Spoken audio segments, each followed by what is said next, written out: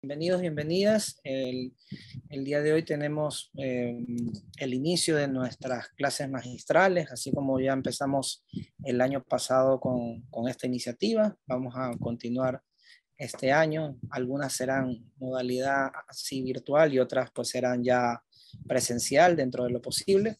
Así que vamos a empezar justamente el día de hoy con esta nueva clase magistral que estará a cargo del profesor Saidel Brito, que muchos de ustedes ya conocen. Además es un reconocido artista que ha participado de muchas muestras en curadurías como artista también, y que además ha producido también a nivel intelectual mucho sobre arte contemporáneo en particular. Y justamente la clase magistral de hoy versa sobre ese tema, ¿no? ¿Qué es lo que consideramos o cómo consideramos que algo sea considerado arte, justamente, ¿no? Entonces, nos acompañan además dos personas muy allegadas a nuestra universidad que hacen parte de la Facultad de Comunicación. Tenemos al decano Rodrigo Cisternas y a nuestra profesora y coordinadora del área de artes escénicas, Diana Pacheco.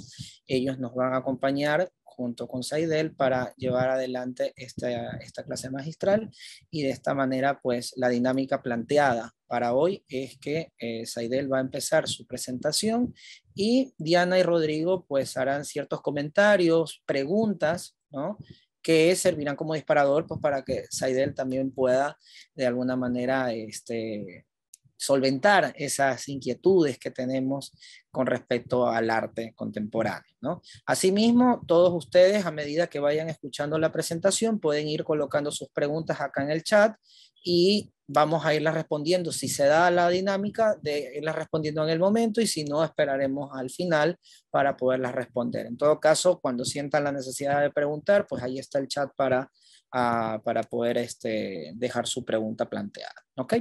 Entonces, sin más, bueno, Saidel, te damos la bienvenida, así que puedes empezar cuando quieras. Muchísimas gracias, Santiago. Gracias, Rodrigo, Diana, por acompañarnos y por formar parte de esta conferencia que no tiene un formato de conferencia magistral exactamente. Lo planteábamos como un conversatorio, una interlocución que pueda ser útil, en efecto, para solventar, evaluar y enfrentarnos al arte de nuestro tiempo, que no es un tema nuevo. O sea, toda época ha generado un desafío con sus contemporáneos siempre importante. Perdón, que mi hijo pequeñito, sí, acaba de, sí, perdón. Entonces, como parte de la idea del desafío, yo sí estuve como que pensando cómo hacer más interactivo y recuperar las inquietudes, no al final de las charlas, sino durante la conversación. Y de aquí justamente la presencia de los colegas de la universidad, que también puedan hacer el link directamente con los asistentes. Este rato estamos 31 personas. Entonces, están abiertas los canales para interrumpirme incluso en cualquier momento de la conversación. Sería mucho más útil, mucho más fértil para el diálogo. Porque en efecto decía que no ha habido un momento histórico en el cual el arte no le genere un problema, un reto, un desafío al hombre de su tiempo. En efecto, en la modernidad esto se va a acentuar de una manera mucho más decidora. El inicio del arte moderno se da justamente con una brecha cada vez mayor entre la obra de arte y la dificultad que ella conlleva para el hombre de ese momento. Cuando hablamos de arte contemporáneo, yo me estoy refiriendo básicamente a los procesos que se han dado en los últimos 60 años. De hecho, esta obra, la de la derecha, y aquí ya arranca una primera pregunta, una primera provocación, es una obra de un artista cuya mentalidad más importante, cuya obra más importante se da hace 60 años, o sea, a inicio de la década del 60. Parece una obra muy reciente en cuanto a las incógnitas que esconde, en cuanto a la problematicidad que nos propone. para ser asimiladas. Y cuando la confrontamos con una imagen como la de la izquierda, o sea, una imagen común de unos ladrillos de la calle, de una empresa de construcción o de un piso, por supuesto que esto nos abre inquietudes que yo voy a intentar solventarlas en la medida de lo posible. El tiempo es corto, esto da para muchísimo hilo de conversación, pero al menos intentar. Y cuando yo pensaba, bueno, cómo entablábamos el diálogo, recordé entonces una experiencia de nuestro decano, de Rodrigo Cisterna, en una visita a la Tate de Londres, donde Rodrigo compartió justamente esa angustia, voy a usar una palabra provocada por mí también, ese desafío, esa alerta, esa duda subyacente frente a una obra como esta de Edgar André. Si me permites. Sí, por favor. No, Ahí está la obra ahí está la obra. En el espacio, ¿no? Que es justamente una imagen importante era lo que yo quería compartir, y tal vez por ahí dejo entrever un poco también la inquietud de quienes nos están escuchando. Tuve, como dijiste tú, la oportunidad de estar en el Museo Tate en Londres, y en una gran sala, una sala muy importante, tú entras, no hay absolutamente nada, salvo lo que ustedes están viendo ahí, que es un grupo de ladrillos. Entonces, es cuando tú, el común, y yo siempre le decía a Saidel, el común ciudadano de pie, común de los mortales, que hemos tenido la posibilidad de ir a un museo y vemos esto, decimos, ¿dónde está el arte ahí? ¿Cuál es el arte? Digamos, es la forma en que yo ordeno los ladrillos, el hecho que esté en un museo, el hecho que lo haya hecho, que lo hizo. ¿Cuál es? ¿Por qué esto es arte?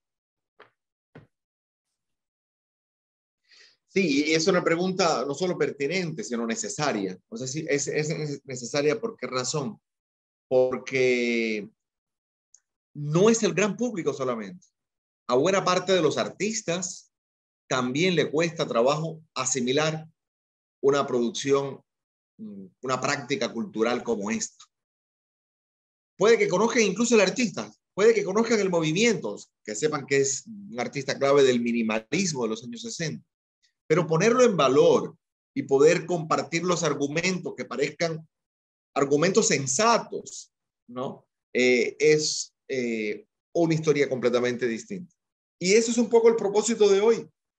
No solamente las obras del minimal, aunque me voy a centrar mucho más en el minimalismo, a pesar de que el nombre del minimalismo como movimiento artístico es muy conocido, por el gran público, identificamos en la moda, en distintos lenguajes, en prácticas visuales, es un concepto que ya lo tenemos apropiado y lo identificamos efectivamente con elementos mínimos, con cosas simples, pero ¿qué es lo que hay detrás de esto? Porque en efecto un ladrillo puesto en el suelo, que muchas veces incluso no tiene que ser el ladrillo, llamémosle original, no es el ladrillo que el artista tocó, que puso, que firmó en los años 60, o sea, es una obra que se puede hacer vía telefónica hoy o vía redes sociales y sencillamente tú das la instrucción de qué tipo de ladrillo, de qué tamaño y de qué color, y el museo a 10.000 kilómetros de distancia puede producir la obra con un ladrillo comprado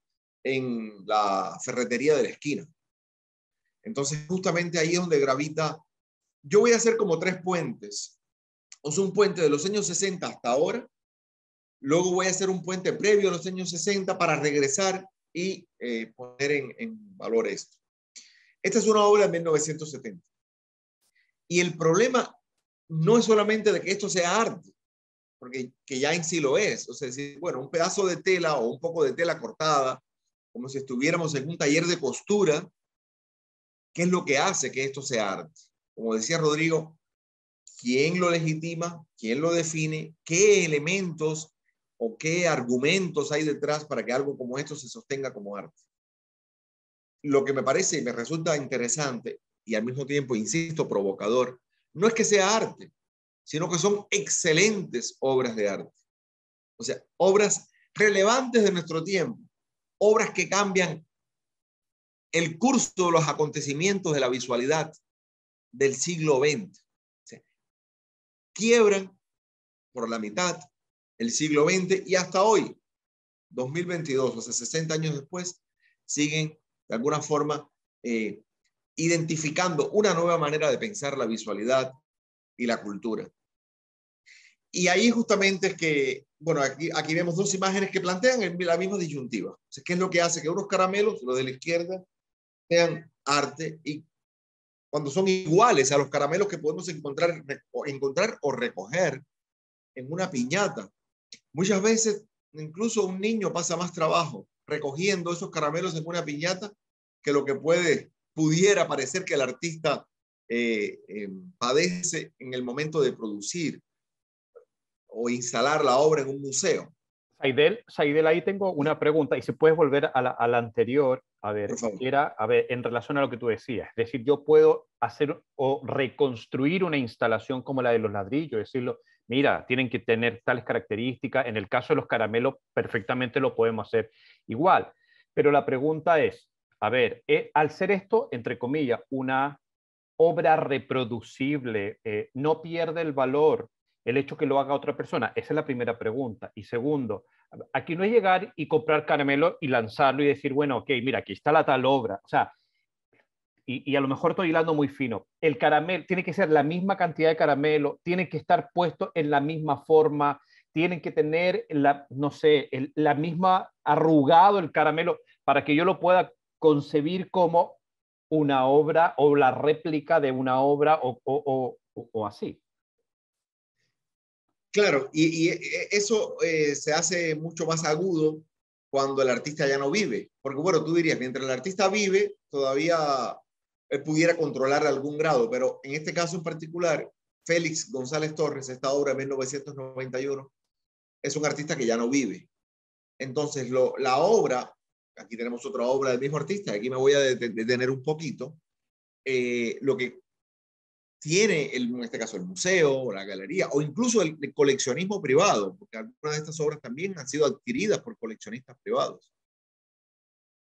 Lo que adquiere es el derecho de reproducción. O sea, lo que adquiere, lo que tiene el museo es los derechos de reproducción y, claro, una claridad, una especie de protocolo, de manual, que dice una especificidad, qué tipo de caramelos, qué tamaño, qué colores, qué papeles, cuántos caramelos, ¿no?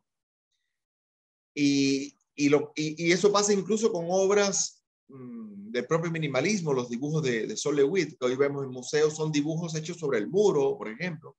Entonces, claro, quien lo hace es un técnico que sabe las instrucciones y puede reproducir tal cual es la obra, la idea de la obra original. Entonces, ese es un poco el sentido. Ahora, esta pieza, yo me quiero detener un segundo. ¿Por qué razón? Porque es una obra tan especial, tan poderosa, tan sublime, diría yo, que ilustre muy bien el sentido de lo que quiero plantear en esta conversación.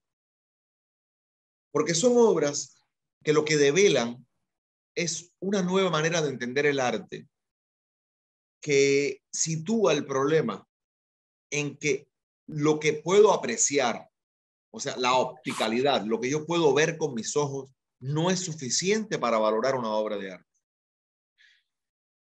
Son obras que no descansan en la opticalidad. Como diría el propio Duchamp, desplazan la noción de obra retiniana. Y necesitamos otros insumos, como los que voy a compartir sobre esta obra para ejemplificar esa gracia, esa elocuencia y esa potencia que yo decía antes. Esta obra es una obra que hace Félix González Torres.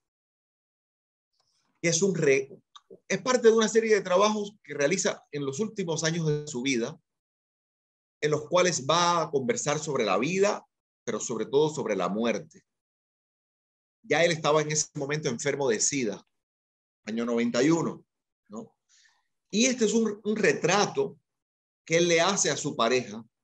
De hecho, la obra se llama Sin título, paréntesis, retrato a Ross, cierra paréntesis. La idea que nosotros tenemos comúnmente de un retrato o de un portarretrato o de un selfie es bastante estandarizado. Y aquí lo que vemos son 175 libras de caramelo, que era el peso corporal de Ross. Entonces, esta obra está situada en el museo, permitiendo, y ahí yo voy a regresar luego a las telas en el piso, porque no existiría una obra como esta si antes no ocurrió una pieza como la de Robert Morris de Fieltro Rosado sin título. Incluso el recurso de cómo hace el título es muy parecido, es sin título, ambas, sin título, paréntesis, aquella Fieltro Rosado, la recuerdo, y esta es sin título, paréntesis, retrato a Ross. O sea, usa la misma estructura. Solo que estamos hablando de 20 años después, ¿no? Más o menos, 21 años después. Entonces, ¿qué es lo que ocurre?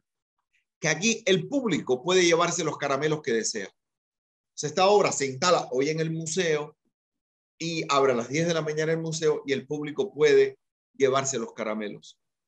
Lo que establece Félix es una especie de metáfora de lo que le está ocurriendo en el cuerpo de su pareja, que está día a día, segundo a segundo, perdiendo peso corporal, porque ya él está enfermo de SIDA y de hecho muere antes que él, muere 4 años antes que él.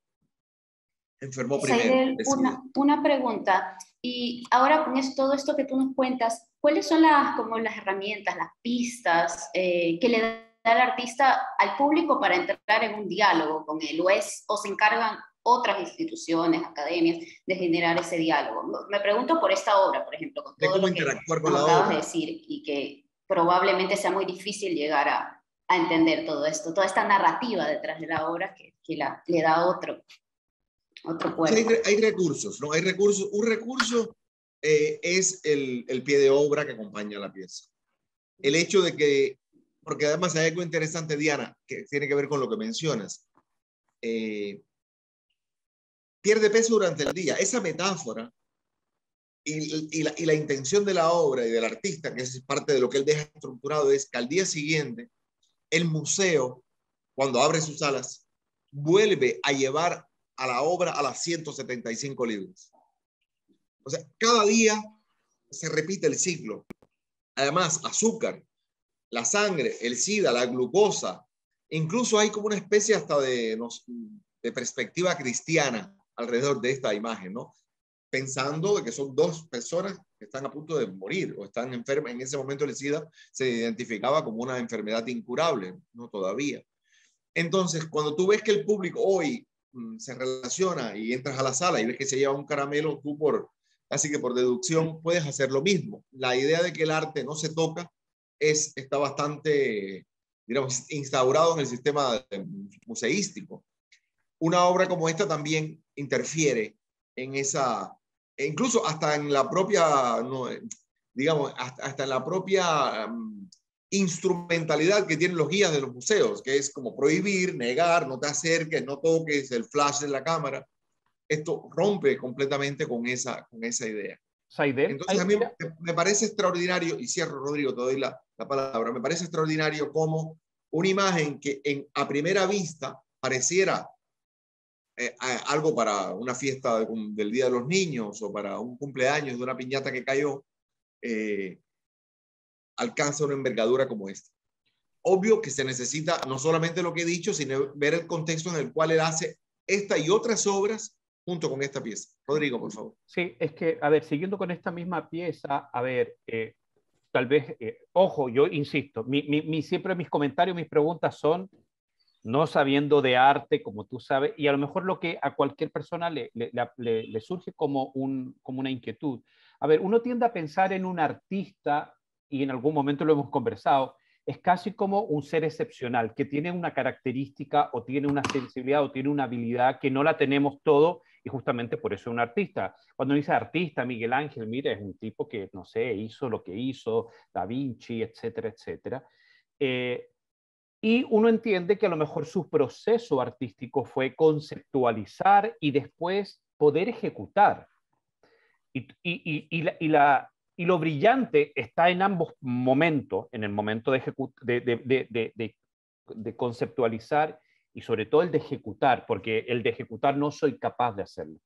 Si uno mira esta obra, tú dices, bueno, a ver, con la explicación que tú me has dado, me hace sentido, pero está más el valor en lo que en el cuento, en la narrativa, más que en la ejecución en sí misma. En la ejecución en sí misma pareciera que no tiene ninguna virtud particular. Sí la tiene todo, digamos, la narrativa que hay detrás de ella, que si uno, digamos, no se aproxima al artista, no la va a entender. Entonces la pregunta es, yo sé que el arte no es que juegue una cosa o la otra, pero ¿cómo se carga esa balanza entre esta narrativa y esta imaginación y la capacidad de la ejecución? Porque yo podría decir, bueno, mira, yo me imagino un baile en donde yo me estoy en el aire y salto y creo toda una cosa, pero soy incapaz de bailar. Sí, bueno, eso justamente es uno de los quiebres que se da en la década del 60. O sea, tu pregunta es una pregunta muy válida, no solo para esta obra, sino para buena parte de la conversación. Entonces voy a dosificar la respuesta para no agotar todo ahorita, porque quizás lo que vaya apareciendo en las siguientes imágenes nos permite volver a estos algunos puntos que planteas. Un punto que tú planteas es la relación del arte con más que la capacidad de producir la obra, con la idea del virtuosismo. O sea, yo soy capaz de bailar virtuosamente o soy capaz de concebir un baile o una coreografía de forma virtuosa. Muchos de los grandes coreógrafos ya no bailan. O sea, puede que hayan bailado en un momento determinado, pero no necesariamente ellos son los que bailan. Ellos conciben la obra. ¿Sí? Muchos de los grandes cineastas, directores de cine, no necesariamente son buenos actores, ¿sí? O no necesariamente manejan la iluminación, o son directores de fotografía, o guionistas, no necesariamente. Entonces, lo que quiero decir es que aquí hay muchas posibilidades, porque lo que ocurre en efecto es que Félix, hay dos cosas que yo quiero decir con relación a esta obra para ponerlo en perspectiva. Uno, entender el arte no necesariamente como un proceso o evidencia de virtuosismo, porque aquí el virtuosismo no es un virtuosismo manual, sino que es un virtuosismo mental. Es como el primer punto que quiero ubicar. ¿Por qué un virtuosismo mental? Porque muchos de nosotros, alguna vez alguien nos ha hecho un retrato, y si nunca nos han hecho un retrato, nos gustaría que nos hicieran un retrato. Y al menos yo, hasta que no conocí esta obra de Félix, y he hecho muchos retratos y me han hecho alguno que otro también, no me había imaginado la posibilidad de que un género de la historia del arte tan grande, con tanta lastra, con tanto camino recorrido como el género del retrato, o sea, tenemos retratos en la historia del arte de muchísimos, incluso ha sido uno de los grandes motores económicos de la historia de la pintura, no se me había ocurrido la posibilidad de que el género del retrato pudiera mutar a una posibilidad como esta. O sea, yo creo que Ross tiene que sentirse en el lugar en que esté tan feliz que después, ya casi, ya 40 años después de su muerte, su retrato sigue siendo algo, una evidencia activa que el poder de la imaginación y el oficio de la mente cristaliza en una idea tan sencilla, tan simple como esta, una experiencia tan poderosa. O sea, más que en mi caso, cuando me enfrento a esta obra, más que la necesidad de identificar el virtuosismo o la capacidad técnica del artista, me sobrepasa de lejos la inteligencia, la sensibilidad, el ingenio de alterar completamente la historia del retrato a lo largo de toda la historia del arte. O sea, es una nueva manera de entender y de acercarnos a una arista como esta desde el punto de vista, diríamos, técnico del arte. Ahora, hay otro elemento importante y por eso se relaciona con el ladrillo, porque lo que vamos a ver nada está desconectado de lo otro. El minimalismo en los años 60, 70, 80 tuvo una reacción muy fuerte. La experiencia que tú contabas en la Tate ocurrió hace 5 o 6 años, algo así, no recuerdo, pero fue hace unos pocos años. Imagínate 10 años, 20 años después, solo 10, 20 años después de esa pieza de Cara André o de las obras de Donald Judd. Félix fue uno de los primeros artistas que fue capaz de replantear el minimalismo en otros términos en el arte de finales del siglo XX, cargándolo o eliminando esa frialdad de la cual hablaremos y por qué esa frialdad, esa ausencia de anécdotas, esa ausencia de historias, el mismo título, sin título, nos plantea aquí también otro problema y es totalmente intencional. O sea, son títulos, sin título hablando, on title, que lo que intenta es que tú no puedas conectar la obra con nada que esté por fuera de ella, con ninguna historia, con ningún paratexto, con ningún texto paralelo a la imagen, sino que la obra es, como decía el propio Donald Judd, objetos específicos. ¿Qué ocurre con Félix? Que Félix lleva el minimalismo a otro nivel, a otra instancia. Lo reoxigena. ¿Con qué? Con la experiencia más directa, más fuerte, más vital y visceral que él estaba viviendo en ese momento. Entonces Félix tiene un lugar importante en lo de la década, ya de la década del 90 a nivel internacional, con muchas de sus obras, sobre todo toda esta serie que realiza en relación a su enfermedad, que hasta hoy sigue siendo un artista, diríamos, con mucho viento a favor, o sea, cada vez más valorado, cada vez más seguido, más reconocido y legitimado en el mundo del arte, pero también en el mundo del arte en el sentido más amplio, pero también en el mundo académico, diríamos, en el mundo académico como un espacio como este, que no es un espacio necesariamente de arte, desde el punto de vista más puro, pero sí, bueno, una universidad como la nuestra, ¿no? En este caso la Facultad de Comunicación, donde el peso y el lugar que la imagen tiene en la cultura contemporánea, por supuesto que es decidor. Ahora, yo quiero, si me permite, no sé si sobre lo que te digo hay alguna otra duda o pregunta o comentario. No, tengo otra, pero creo que te la voy a dejar para después al final. Sí, Saidela, que hay una pregunta que hace uno de nuestros asistentes que dice, ¿qué pasa cuando un artista no deja un documento con indicaciones de cómo reproducir la obra? Entonces ahí sería una obra que estaría mal hecha. Volviendo a, no estaría bien resuelta, tendría falencias técnicas, porque si una obra de estas características tiene que estar totalmente claro, o sea, no puede, Félix no va a dejar libre que la obra pueda ser 180, que 160, que tiene que ser 175 libros. Y eso tiene un sentido. ¿Sí? Y es un sentido que es intelectual. O sea, no es que si se pasa 20 gramos más, 20 gramos menos, no es que ya es la idea. Ya tú sabes que entiendes que eso es el peso corporal de una persona.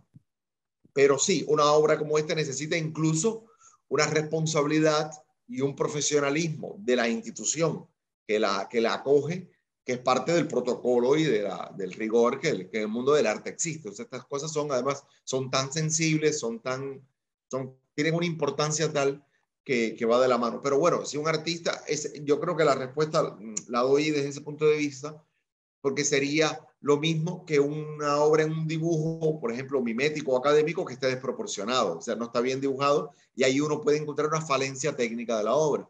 O si haces una instalación audiovisual y a los 2 días de inaugurada la muestra tiene fallas y ya no se encienden los equipos, no se escucha, entonces la obra fracasa, no funciona. O sea, desde ese punto de vista es un dispositivo más, ¿no? No sé si, bueno, si respondo, no hay la interlocución directa, pero es lo que puedo agregar al respecto. Ahora, ¿dónde se agudiza el problema? Justamente con lo que mencionaba en términos del mercado. El minimal tiene unos antecedentes y el arte contemporáneo, no solo el minimalismo, todo lo que es todos los movimientos de los años 60, tiene un antecedente o dos antecedentes importantes que van a ser que van a ser Robert Rauschenberg y Jasper Johns, década del 50. Y yo me quiero detener un segundo nada más en esta pieza de Jasper Johns de 1958, las Valentines, son 2 latitas de cervezas hechas en bronce, ¿sí? Que además cuenta la chismografía de la historia del arte, que la idea a él se le ocurre en una conversación con un amigo, en la cual estaban hablando mal de otra persona. O sea, la típica, ¿no? Que nos ponemos en algún momento a hablar cosas sin que esté la tercera persona y criticando su comportamiento. Y lo que estaba criticando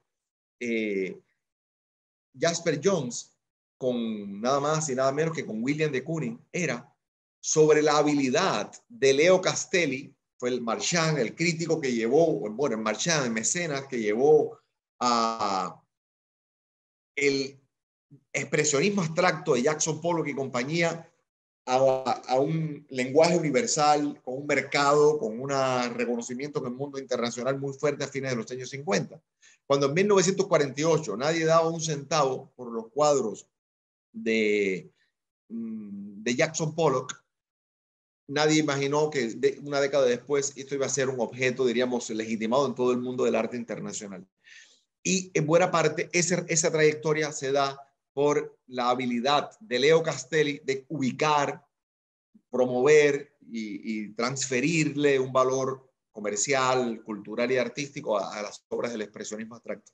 Y en William de Kooning, que había sido el influyente, el artista más influyente europeo en el expresionismo abstracto, hablando con Jasper Johns, hablando, insisto, de forma un poco peyorativa, de que este hombre era un comerciante tremendo, que lo vendía todo, y le dice en la conversación, oye, si le das un par de latas de cervezas, es capaz de venderlas.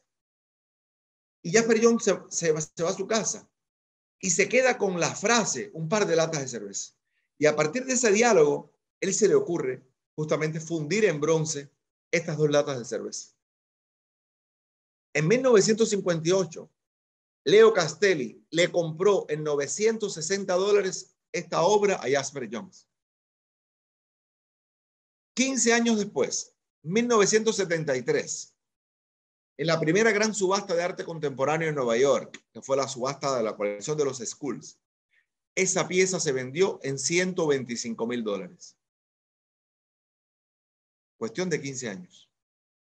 Ubico esto porque, claro, vamos al mismo problema. Cuando muchas de estas obras están avaladas por un mercado, que vemos esta pieza de la derecha al lado en este contexto de una chatarrería de metales, diríamos, bueno, seremos capaces de dar poca plata por algo como esto, pero esta es una obra ya en el mundo del arte que a precio de hace una década atrás el artista todavía estaba vivo. Hoy el artista ya está muerto, Robert Rauschenberg, y entonces esa obra estaba valorada, estaba en venta en $800,000.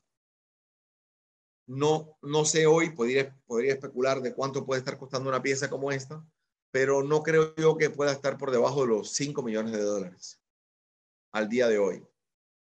Una obra como esta, Góndola Henry Miller, de John Chamberlain, es una pieza que también, el mismo efecto, pudiera ser chatarra de auto, en una chapistería de autos, una obra valorada en $1.250.000.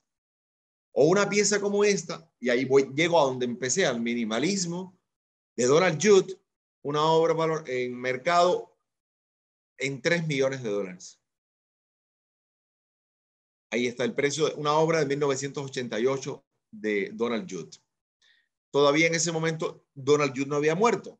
También él muere en 1992.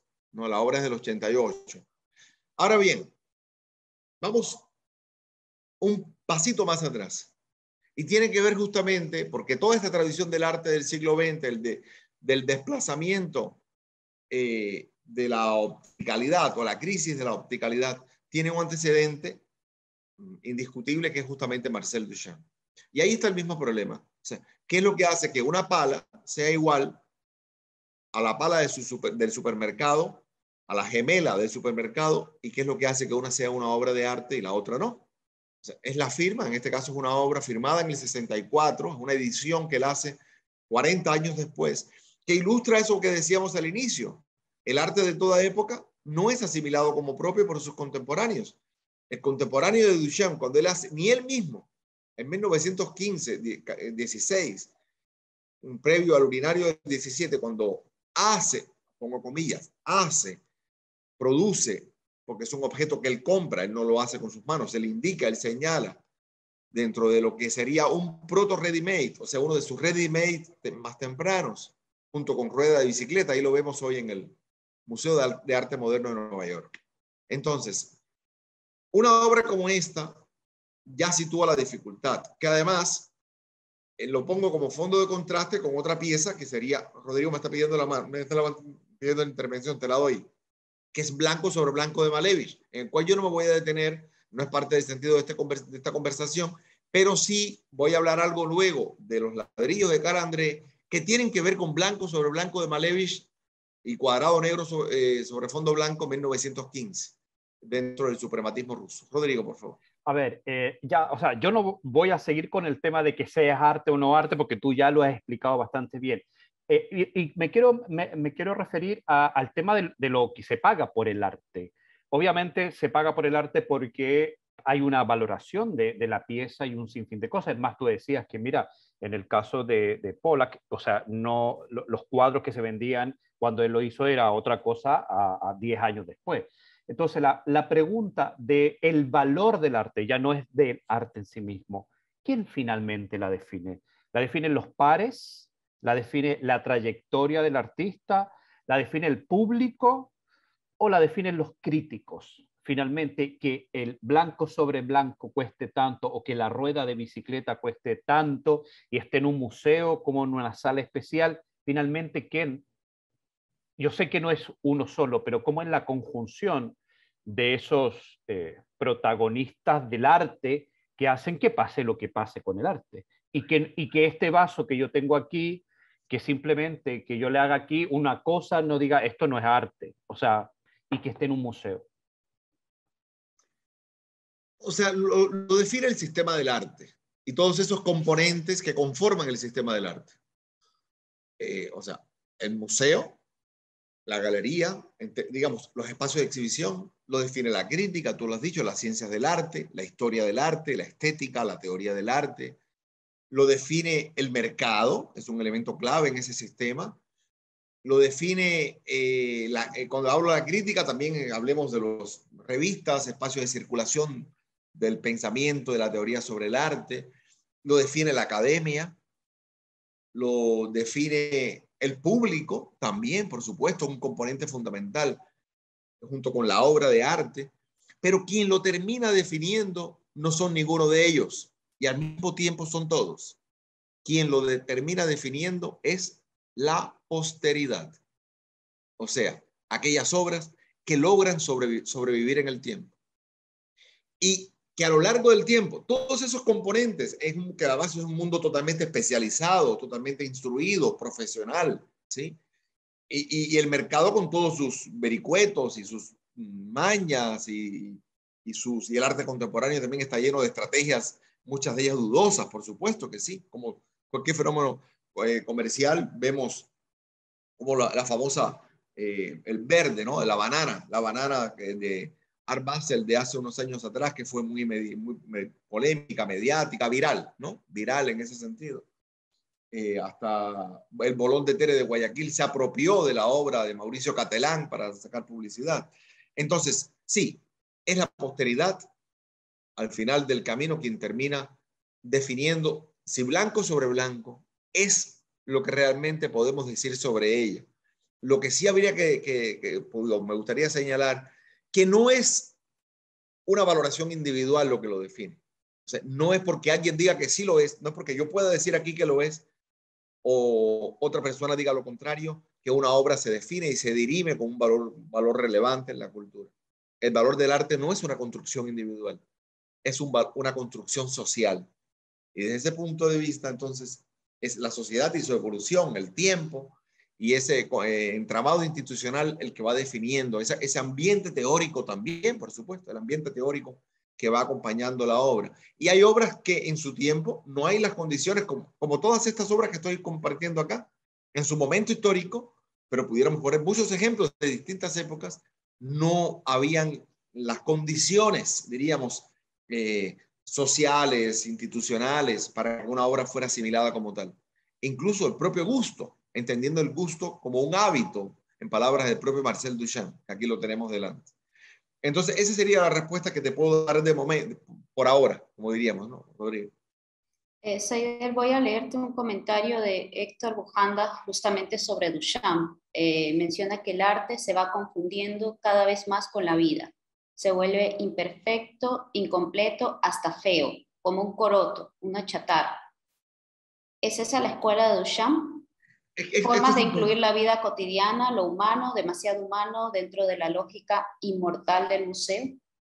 Esto es importante lo que añade Héctor, un saludo para él. Y eso me lleva a las latas de cervezas. A las latas de cerveza que acabamos de ver hace un ratito. Me voy atrás. Bueno, pensé que estaba más cerca. Las latas de cerveza, bueno, me gustaría hasta tener una cerveza en la mano ahora, porque ya me estoy inspirando en esta conversación. Sí. Y si lo vemos a través de esos objetos, ¿por qué razón? Porque ese gesto duchampiano, llamémosle así, va a contrapelo de la lógica que va definiendo y apuntalando el arte moderno, que es todo el camino de la autonomía estética. O sea, de aquella obra que alcanza una autonomía de la forma en cuanto a forma, de aquel camino, diríamos, de la obra con un sentido, diríamos, autotélico, que va definiendo sus fines a partir de ella misma. Todo lo que se llama la línea del modernismo estético. La obra de Duchamp es desertora de ese camino del modernismo estético, entendiendo que el estéticocentrismo, o sea, la estética como el valor fundamental de la obra moderna, es algo que incluso hasta hoy sigue siendo, diríamos, uno de los comportamientos más habituales con relación al mundo del arte. Por eso nos cuesta cuando vemos obras que intencionalmente están desprovistas de toda función estética, que es lo que le pasa a los ladrillos de Calandré y a otra obra vamos a ver otras obras después, pero una es puntualmente que tengo para compartirles hoy de Robert Morris, que junto a Donald Judd serían y Dan Flavin de los más grandes artistas del minimalismo de los años 60. Pero sí, Duchamp con esto está reconectando nuevamente la línea arte-vida. La brecha que se abre en el arte moderno entre la vida cotidiana y el arte, no en el arte moderno, en la cultura moderna, entre la vida cotidiana y el arte, es reconectada aquí y está reconectada en la silla y en las piezas, en cama, por ejemplo, la obra de 1955, que es colección permanente del MoMA de Robert Rauschenberg, la silla oxidada que veíamos antes en $800,000, y también la pieza de las 2 latas de cerveza. Esas 2 latitas de cerveza se convierten en bisagras hacia el arte contemporáneo, porque justamente es el momento en el cual la brecha arte-vida se vuelve a reconectar. Y no es casual que es el momento en el cual la obra y el pensamiento de Marcel Duchamp empieza a ser reconocido en el mundo del arte, 40 años después, ¿no? Zaida, yo justamente añadiendo a lo que mencionaba Héctor de la vida cotidiana y la obra de arte, estaba pensando en la vida del artista. Y bueno, pensaba por la obra de Félix, pero también la obra de, por ejemplo, Jeff Koons, que tiene este matrimonio con la Chicholina, y me acuerdo que me pareció sorpresivo entrar en un museo y ver no solo obras que él produce, sino también obras que son como que dialogan con la vida del artista. Y lo vuelven, aunque la figura del autor ha cambiado, pero sigue siendo la vida del autor y el autor como figura sigue siendo clave, ¿no? O sea, sigue constituyéndose como un personaje casi mítico que también parece una obra de arte, lo que sabemos de la vida de él. Sí, en efecto, y sobre todo en ciertas obras, en ciertas poéticas, en Andy Warhol, para no ir tan lejos, ¿no? O sea, ese desplazamiento de la figura del artista del siglo XVII, la idea del artista como un genio, el demiurgo creador, al artista como intelectual, que sería Duchamp, un prototipo de ese artista como intelectual, al desplazamiento del artista como estrella, como sería en este caso la figura de Andy Warhol, o la figura de Salvador Dalí, que es otro ejemplo también de un artista que usa, además muy temprano, los medios de comunicación masiva para que su personaje también sea parte de su obra. Entonces sí, esta conversación se va dando, y justamente, fíjense, se va fluyendo las imágenes de manera natural. Y este es el momento de quiebre, según varios autores, sobre todo Arthur Danto, que es quien define además, Rodrigo, justamente el concepto de mundo del arte. En un ensayo de 1964, que se llama así justamente El mundo del arte, de Art World, donde Danto en ese ensayo resuelve este problema o comienza a resolver este problema desde el punto de vista teórico con un pequeño texto que escribe a partir de su experiencia directa con ver esta obra en 1964 en una galería en Nueva York. Y Danto identifica el momento de quiebre hacia el arte contemporáneo. No solamente por la reconexión arte-vida, no solamente por la pérdida disciplinar de las experiencias artísticas y todo un horizonte transdisciplinar que se abre aquí en la práctica del arte. El propio trabajo de Robert Rauschenberg le llamaban los combinados de Rauschenberg por la multiplicidad de disciplinas que concurrían en cada una de sus obras, sino porque no solo por el proceso seriado, no solo por el proceso de despersonalización de la obra, o sea, elementos que incluso van a gatillar en ese mismo momento dentro del minimalismo, a pesar de que son movimientos paralelos, diríamos así, ¿no? Pero esta obra para muchos es justamente el momento en que se cristaliza el problema. Y en efecto, una vez que por la historia del arte del siglo XX pasó a la figura de Duchamp y de Andy Warhol, ya el arte del siglo XX no volvió a ser el mismo. Danto identifica que entramos en otro estadio de la historia del arte, que ya no es el viejo relato, porque no solamente es el relato y la narrativa de las obras, y ahora como hablábamos al principio, sino entender que la propia historia del arte es una narrativa, también es un relato. El relato de Grinberg es el relato que constituye la historia del arte moderno, así como la narrativa y el relato de Giorgio de Vasari en el siglo XVI constituyó la historia de los grandes maestros, de Giotto y de Cimabue hasta nuestros días, decía en ese momento él, y ya con toda la era del arte que nosotros conocemos después del Renacimiento. Ese relato, que se sostuvo en la mímesis,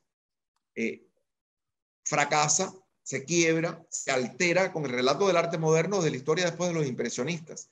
Y ese relato es el relato de Grinberg, construido desde los Estados Unidos en la década del 50, década del 40, década del 50 del siglo XX. Con brillo, las cajas de brillo, que son cajas de madera, dicho sea de paso, es importante decir que estos son cajas de madera, prismas de madera, donde él imprime en serigrafía estos productos, ¿no? Los productos del monte, los productos de brillo, imitando y convirtiéndolos en iguales o gemelos de los del supermercado, bajo la misma premisa. Fíjense que la pregunta como que se sostiene y llego entonces a donde empecé. O sea, hasta aquí estaríamos en la introducción de la charla del conversatorio de hoy. En el tiempo, francamente, Santiago, no sé ni cómo estamos y hasta cuándo nos puedas regalar de tiempo. No, podemos estar podremos terminar, no sé, una media hora más, así. Una media horita. Sí, bien. sí. Entonces, digamos, desde el punto de vista académico, aquí estaríamos concluyendo la introducción de la charla, ¿no? Entonces, ahora comenzaríamos el despliegue de los criterios. Y recuerden entonces lo que hablábamos de esta pieza junto a las telas. Aquí yo creo que es algo extraordinario. No solamente esta obra de Robert Morris, sus esculturas, sus gestos, sus obras de land art son importantísimas. Porque esto es una obra que generó no solo un escozor, sino una condena muy fuerte de los críticos modernistas y de los esteticistas en la década del 60. Sobre todo uno de ellos, un seguidor, un grinberiano, que fue Michael Fried. Porque Michael Fried considera que una obra como esta es sencillamente la negación del arte mismo. Y si Michael Fried lo desarrolla en el año 1967, 68, en uno de sus textos claves, cuestionando justamente el minimalismo, es normal, a mí me parece totalmente previsible que para el gran público enfrentarnos a hoy un poco de tela puesta en el piso le genera, le instala un desafío a veces abrumador. Y es lo que yo, en la media hora que me queda, voy a intentar, si me lo permiten, voy a intentar dar algunas claves. Seguramente no todas, ya será imposible. Necesitaría más tiempo. Pero bueno, ahí estamos. Voy a ver unas 4 imágenes más de lo que hemos conversado al inicio. Y ahí entonces regreso sobre el propio argumento demoledor de Michael Fried cuando dice que esto no es arte. Y dice, esto no es arte porque esto es teatro, ¿no? Si hay en la charla algunos de mis alumnos de la clase que estoy dando en este rato en Casa Grande de Historia y Teoría del Arte, cuando hablamos al principio del curso, ya estamos en la 4ª semana en el intensivo, les hablé de esto, les dije la teatralización del arte, que es un argumento de Michael Fried, donde él desarrolla ese argumento para manifestar su punto de vista, su valoración de por qué esto no es arte. Y le decía a los chicos, bueno, no les voy a explicar ahora de qué se trata la teatralización del arte, porque hay un conversatorio planificado para el mes de febrero y ahí lo vamos a hacer y estamos en ese momento. Entonces hago el link con la clase y hago el link con Rodrigo, con los ladrillos. Esto es parecido seguramente a lo que se vio, una obra como esta. Este es en Madrid, pero bueno, será cercano a la experiencia, digamos, una obra más, una obra menos, pero es cercana a la experiencia que nos genera, que nos cautiva en el punto inicial de la conversación. O una obra como esta de Donald Judd, 1969, fíjense, sin título nuevamente. Y sin título nuevamente implica, perdón, ahí creo que se me fue el slideshow. Ajá. Sí. Perdón, aquí hubo un accidente pequeño, tecnológico. Ok. Este es un dibujo uno de los dibujos de Donald Judd. Y vamos a ir lanzando algunas ideas ya con estas imágenes. Creo que tenga alguna más. Dan Flavin, el 3 nominal de 1963. Aquí me detengo entonces. ¿Qué tenemos acá? ¿Qué tenemos en estas luces? ¿Qué tenemos en este dibujo? En el proyecto de esta obra. ¿Y qué tenemos en estos ladrillos? ¿Y qué tenemos en Fieltro Rosado de Robert Morris? Antes de llegar a la teatralización, quiero apuntar 3, 4, 5 ideas importantes. Cambios que aquí se dan en la historia del arte hasta este minuto de la década del 60. Primer elemento, y esto se da también en el pop, como vimos antes con Warhol, el proceso seriado de la producción artística. La aparición de nuevos materiales en la historia del arte, que sí se vienen dando desde 1915 con la figura de Vladimir Tatlin, allá en la vanguardia rusa, pero que ya aquí se van a convertir en recursos, diríamos, mucho más naturalizados. O sea, materiales que provienen del mundo industrial, como pueden ser esas luces de neón de Dan Flavin, por ejemplo, ¿no? Luces de neón como las que tenemos ahora iluminando aquí nuestros techos, que logro ver en la imagen de ustedes. O sea, se da un fenómeno que pudiéramos identificar como industrialización de la vanguardia. Por otro lado, ese proceso de la serialidad también se conecta con la despersonalización de la obra de arte que veíamos en Warhol, en la fábrica, en la factory de Andy Warhol. Donald Judd aquí y con estos dibujos se identifica 2 elementos fundamentales. Por un lado, la separación del proceso de concepción de la obra a su proceso de producción. Y tiene que ver con la legítima pregunta de Rodrigo al inicio con relación a Félix en términos de la producción de la obra. La noción de la historia del arte es que la obra de arte está directamente relacionada con la mano del artista. O sea, con el oficio, con la pereza, con la destreza y la pericia de un violinista, que un danzarín, que un músico, que un pintor, que un escultor pueda hacer con su cuerpo, con sus manos. Por supuesto que eso se extiende desde la década del 30 del siglo XIX con la invención de la fotografía y con todas las posibilidades y desarrollos tecnológicos hoy, nuestras manos se han extendido a posibilidades insospechadas. Lo que ocurre aquí es que Donald Judd y el minimalismo resuelve, creo yo que de manera definitiva, entre comillas, vamos a decir provisionalmente definitiva, resuelve ese problema, porque ya separa completamente el proceso de concepción del proceso de producción de la obra. Donald Judd no hace estas obras, él concibe estas obras, él las define, las dibuja, las piensa, pero quien las produce no son sus manos, él tiene un equipo de trabajo, él tiene especialistas en madera, en cemento, en metal, depende de la idea, él tiene una industria, ¿no? Incluso la nómina en salarial que él tenía mensualmente en vida en la década del 80 era una nómina altísima, o sea, con ingresos importantes para lo que hoy sería una empresa de tamaño mediano alto en cualquier economía.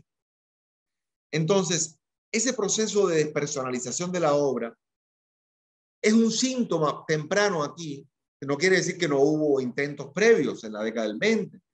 La Laszlo Moholy-Nagy lo hizo en su momento, también obras telefónicas, cuando el teléfono era una invención, lo último de la invención de la década del 20, del 10, del 20, del siglo pasado. Obras telefónicas, donde él quería que la obra solo se pudiera resolver a través del teléfono. O sea, todos estos ready-made asistidos del propio Duchamp, los ready-made asistidos como la propia rueda de bicicleta que vimos antes, que él la tenía en París desde 1913 y en Nueva York en 1915, es que él se da percata que eso que él tenía lo compró como una escultura acabada en la rueda de bicicleta sobre un taburete. Era una obra de arte, un ready-made asistido, y le pide a su hermana que se lo firme, porque ya no tuvo acceso. De hecho, se perdió el original, entre comillas, tanto del portabotellas como de rueda de bicicleta. Entonces, esto es un antecedente importante para la década del 60. Ahora, hay otros elementos acá, además de lo dicho, además del desplazamiento de estas obras del pedestal al suelo, como dice el propio Donald Judd. Yo desplacé la obra de arte en la historia del arte del pedestal al suelo. Ojo, un detalle importante que es quizás anecdotario, pero no es menor, para comprender lo que aquí se da, la trascendencia del cambio que aquí se da, es que estos son artistas que es ya la primera generación de artistas graduados universitarios. Donald Judd tenía un PhD en historia del arte. O sea, en los años 50, sabemos lo que implica hoy en el sistema académico ecuatoriano alcanzar una maestría o un PhD. Él tenía un PhD en historia del arte en los años 50. Ser un artista, o eran artistas con una conciencia absoluta de lo que estaban haciendo. Aquí no hay gratuidad. Esto no es producto de un accidente. Esto no es producto de un azar externo. De hecho, hasta el día de hoy, que sería otro elemento importante en esta parte anecdótica, uno de los textos más importantes hasta el día de hoy sobre el minimalismo fue escrito por el propio Donald Judd. Me refiero a Objetos Específicos de 1964. 65, 64, 65. Como lo mismo lo es Arte y Objetualidad de Robert Morris. Son dos de los textos claves. Entonces, esto es parte del cambio que aquí se va dando. Y lo ilustro nada más para entender la solidez y la intencionalidad que aquí se va fraguando. Ahora, hay otros elementos importantes. Y ahí voy a la teatralidad. O sea, ahí regreso a una obra como esta. ¿Qué es lo que pasa aquí? Que esta obra, si yo la desplazo de esta sala y lo llevo a otro museo, nunca será igual. O sea, esta obra no es atemporal. Es una obra temporal, varía, ¿no? Que se conecta justamente con esa idea de lo efímero, de lo accidentado, de la obra de la obra finita, como concepto que también es fundamental en la década del 60, no para el arte, para la cultura, para la sexualidad, para la juventud de la década del 60, o sea, la noción de finitud versus la noción de infinito que nos acompañó en el relato moderno es fundamental. Con relación al cuerpo, con relación a los márgenes. Entonces, una obra como esta, que sencillamente es un acontecimiento, es una estética de acontecimiento. ¿Por qué Michael Fried identifica que esto no es arte? Porque esto corroe la noción de excelencia y de valor que la obra moderna tenía. ¿Y cuál es ese valor? Que la obra moderna, o la obra en la historia del arte, hasta este momento, se manifestaba independientemente del espectador. Entonces, si nosotros nos acercamos a cualquier obra de la historia del arte que tengamos en nuestras cabezas ahora, de las grandes obras de la historia del arte, que la hemos visto en un museo o en algún sitio y la volvemos a ver 10 años después, o la compartimos en una foto en nuestras redes o tal, esa obra se manifiesta independientemente del espectador. Pero Michael Fried ve que aquí ocurre todo lo contrario, que estos son obras que acontecen que necesitan de la presencia del espectador. O sea, alteran la relación obra-espectador y espacio circundante. La relación de estas obras con la arquitectura, con el espacio, el desplazamiento del pedestal al piso, esa contaminación, Diana, que hablábamos antes en la pregunta de lo que decía Héctor de la relación del arte con la vida cotidiana, la contaminación que la obra, las impurezas que a esta obra le acompaña o estas piezas les acompañan cuando dejan el pedestal para siempre, el lugar en el cual se sostuvo la imagen y la estatuaria a lo largo de toda la historia del arte, para ser una imagen transitoria, un objeto ya desmaterializado. Y aquí hay un elemento importante, y ya voy a acentuar y explicar lo del teatro o lo de la teatralización. Y es que el minimalismo tiene un elemento adicional, y es que, y estas obras en particular que estoy compartiendo, que se pueden ubicar dentro del relato de la tradición formalista del arte del siglo XX. Por ejemplo, el ladrillo, Rodrigo, de Cara André, tiene una conexión directa con Blanco sobre Blanco de Malevich. Blanco sobre Blanco es una obra cumbre dentro de la tradición formalista del arte del siglo XX. Así que es un pensamiento estético, una ideología estética que se da con mucho, una de las dos grandes ideologías estéticas modernas, la ideología estética de la expresión y la ideología estética del formalismo. Ahí ubicamos, por ejemplo, a Picasso, el cubismo, y o Araceli Gilbert, que hablábamos en una de las charlas anteriores, o Enrique Tábara, ¿no? para ubicar esto acá. Entonces, ¿qué pasa? El minimal se ubica ahí, pero lleva la tradición formalista a un punto tan elevado, casi que a su cenit, a un punto máximo, que al mismo tiempo lo transgrede. O sea, el minimal y estas obras, este ladrillo de Cara André, ¿sí?, transgrede la tradición formalista del arte en el siglo XX. Se ubica en la tradición formalista, pero abre el camino a la desmaterialización. Y esto enloqueció a los esteticistas modernos, porque estaba permeando a la obra justamente de la ausencia de un valor efectivo, de un valor de maestría, de oficio, de aquello que se sostuvo en la obra de arte tradicional, generando entonces que estas piezas, digamos, con su relación con el espacio, con la obra en sí mismo y con el espectador, que es un elemento clave en este sentido, desestabiliza la noción del arte hasta este minuto. ¿Por qué razón? Porque al abrir el camino de lo procesual, donde el proceso de la obra, donde la desmaterialización de la obra es tan importante, el minimal le abrió los conductos a los distintos movimientos artísticos del arte contemporáneo. O sea, desde mi punto de vista, el minimal es quien tiene la llave. Ni siquiera el op art, ni el pop art, con Warhol y compañía de los años 60, ni de los movimientos de los 60, quien tiene la llave para abrir la caja de Pandora, que eclosiona tanto la idea del arte, la noción, por ejemplo, del arte expandido, del arte como experiencia, del camino de la antiforma, o sea, categorías fundamentales para el arte contemporáneo en la segunda mitad del siglo XX. Es el minimalismo el que encuentra, el que identifica, el que cristaliza, desde mi punto de vista, por supuesto, esa eclosión de lenguajes y de sentidos en las prácticas artísticas de nuestro tiempo, cuya influencia es invaluable y lo tenemos en nuestra vida cotidiana.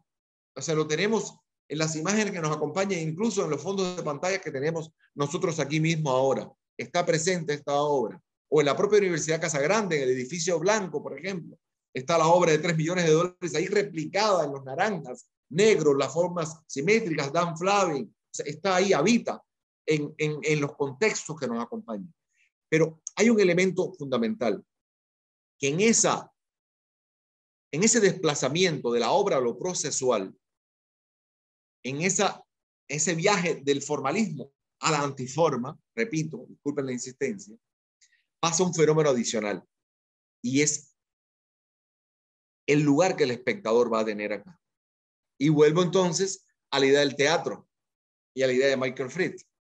Si la obra de arte tradicional, como decía hace 10 minutos atrás, se tiene que manifestar independientemente de quién la contemple, o sea, que la experiencia única e irrepetible de una obra de arte es la obra misma.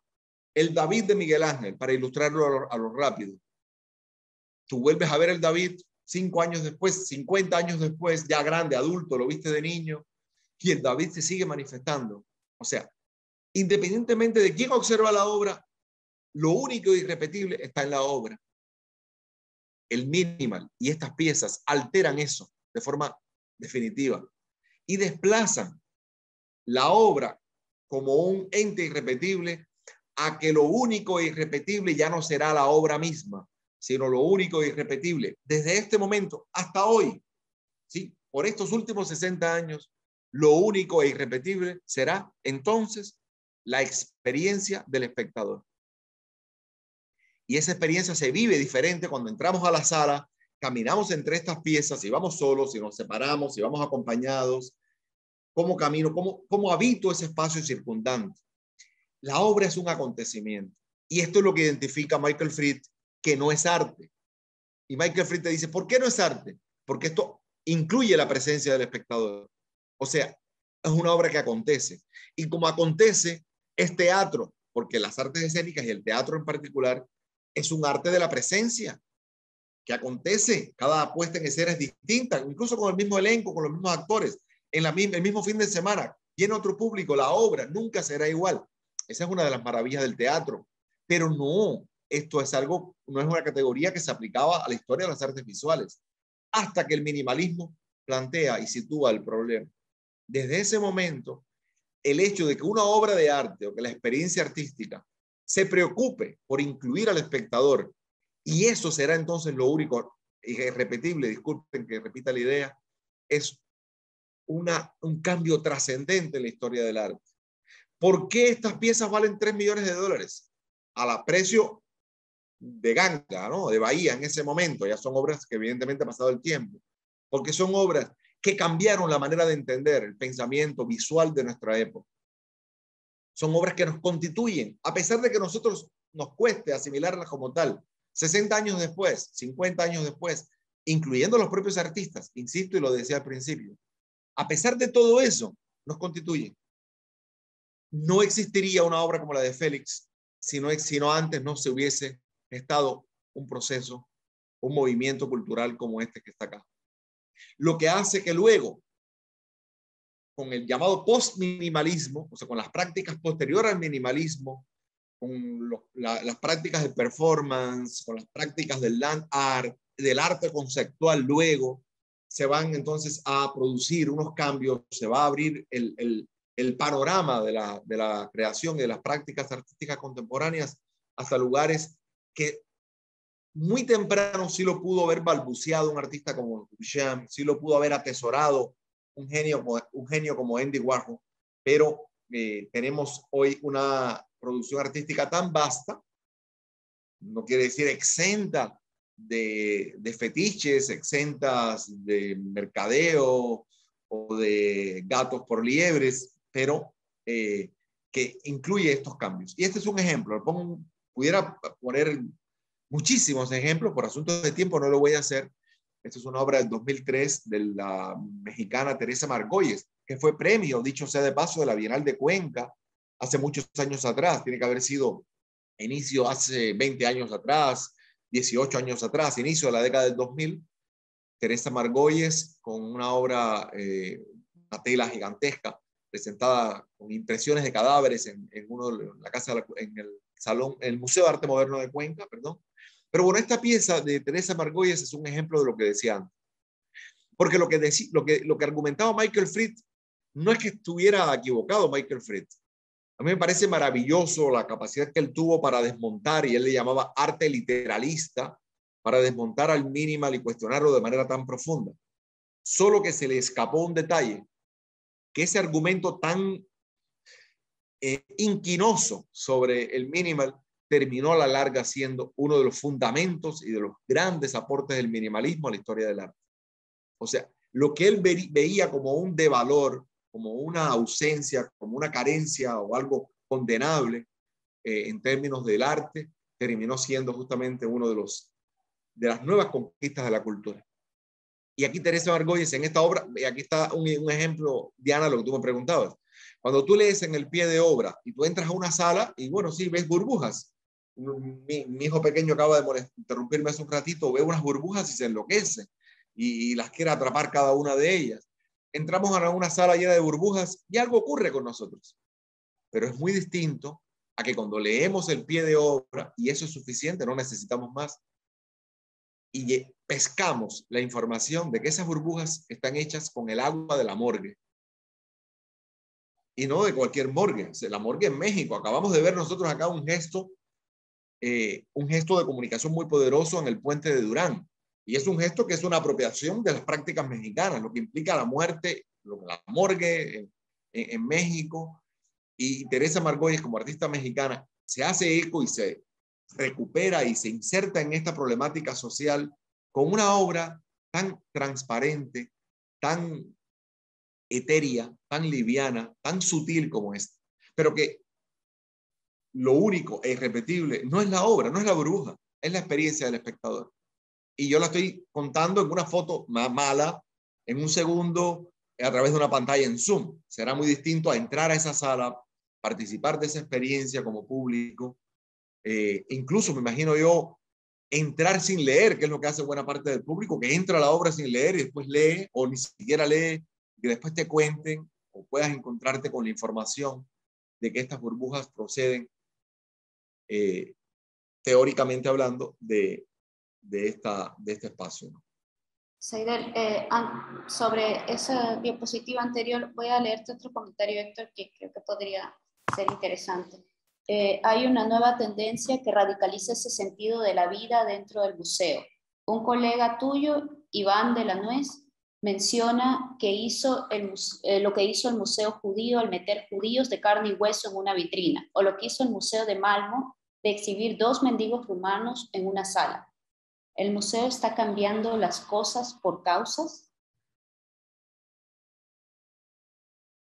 Sí, bueno, la cita de Iván es correcta. Bueno, incluso su teoría de la retaguardia. Y claro, estos cambios tienen una equivalencia en el espacio museal. O sea, los museos hoy no son esos espacios de custodia del patrimonio, esa noción de la ilustración del siglo XVIII, de conservar y construir el relato de la historia, de las civilizaciones, etc. El museo hoy es un criterio, es un espacio vivo, es un espacio donde habitan y existen las experiencias ciudadanas, de colectivos, de minorías, etcétera, y un museo hoy que no planifique y contemple planes educativos, trabajos comunitarios, espacios con la sociedad, como mismo se le exige a la universidad, por ejemplo, ¿no?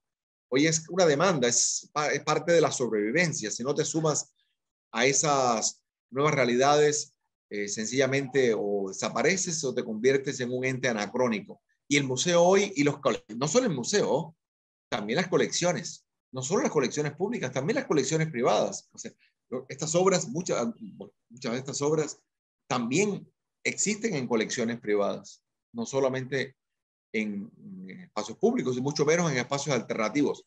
Prácticas como estas están en el sistema institucional del arte totalmente asimiladas.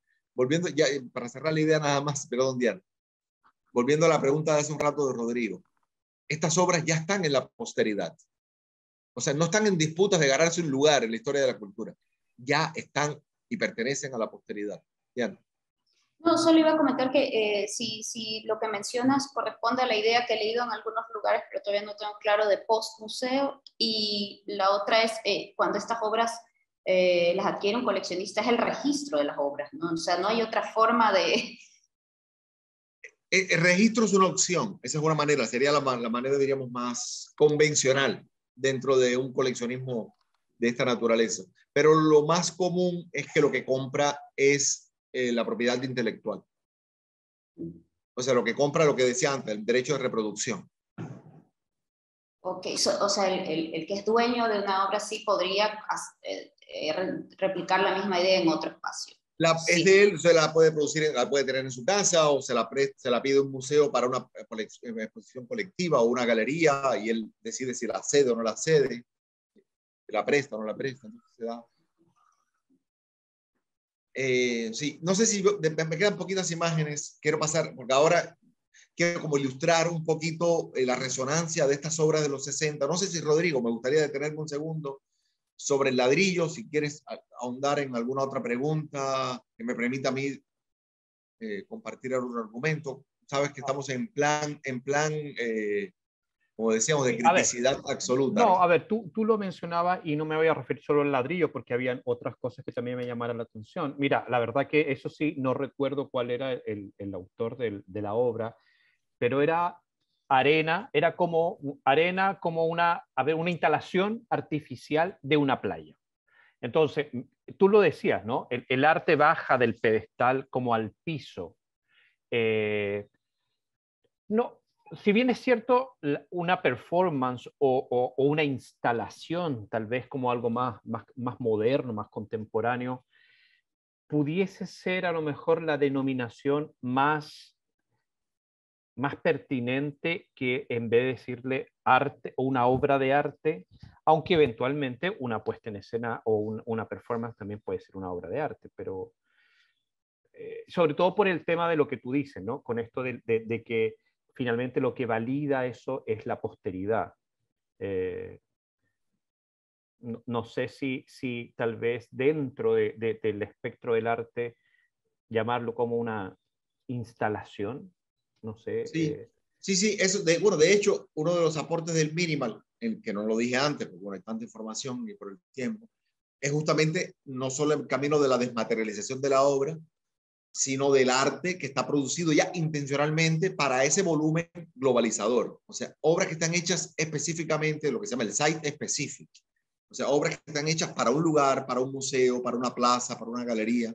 Es parte de esa herencia del minimalismo.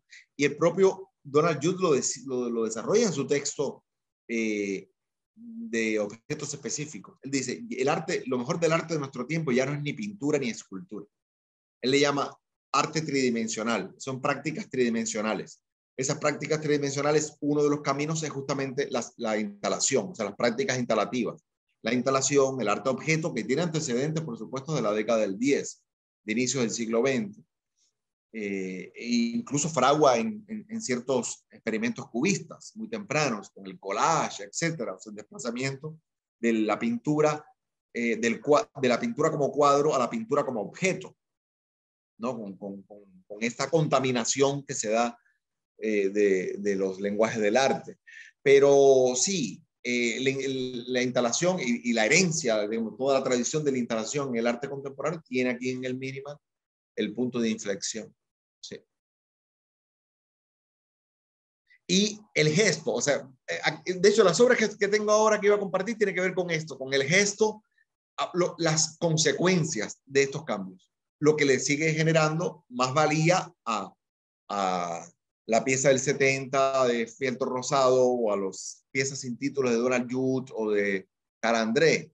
Disparo, el gesto, todo el camino del performance. Yo no voy a hablar ahora de performance, pero solo pongo a Chris Burden porque el gesto tiene que ver con el tema institucional que hablábamos antes. El gesto dentro del espacio institucional como Disparo de 1971 o